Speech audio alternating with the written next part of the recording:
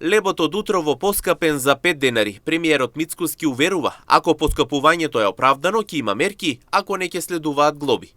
Владата најавува анализа на трошоците и образложение на пекарите, пошто ќе се утврди дали станува збор за реално зголемување или непазарно однесување.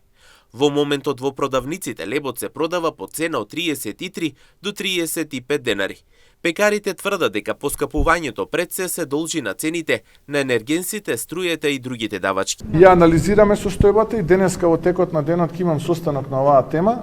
Ќе го видиме импутот и да видиме дали врз основа на тој импут кој што тие го декларираат навистина има потреба од такво зголемување. Доколку има потреба, тогаш ќе кажеме да има потреба и ќе преземеме мерки, а доколку нема потреба, тогаш тие кои што девијантно и непазарно се однесуваат ќе бидат изречени глоби. Согласно ситуацијата со нафтата и нафтените деривати, која е поврзана со покочувањето на цените на производите, премиерот Мицкоски тврди дека Македонија има најевтина цена на горивата во регионот. Кажа дека само минатата недела цената на бензинот е намалена за 2,5 денари, а цената на нафтата останува непроменета. Јас можам да кажам дека единствената земја во регионот која што оваа недела не ги покачи, односно ги намали цените на горивата е Македонија. Безоловниот 95 и 98 октански е намален за 2,5 денари, а дизелот не се покачи. И тоа е резултат на одлука на регулаторната комисија.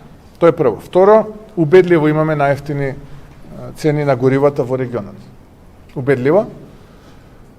Тоа значи дека ако кај нас безоловниот се движи од 1,33 евроценти за литар до 1,39 евроценти за литар, 95-98 октанскиот, и ако дизелот е некаде околу 1,5-1,53 евроценти за литар, да речеме во соседна Албанија и Грција над 2 евра.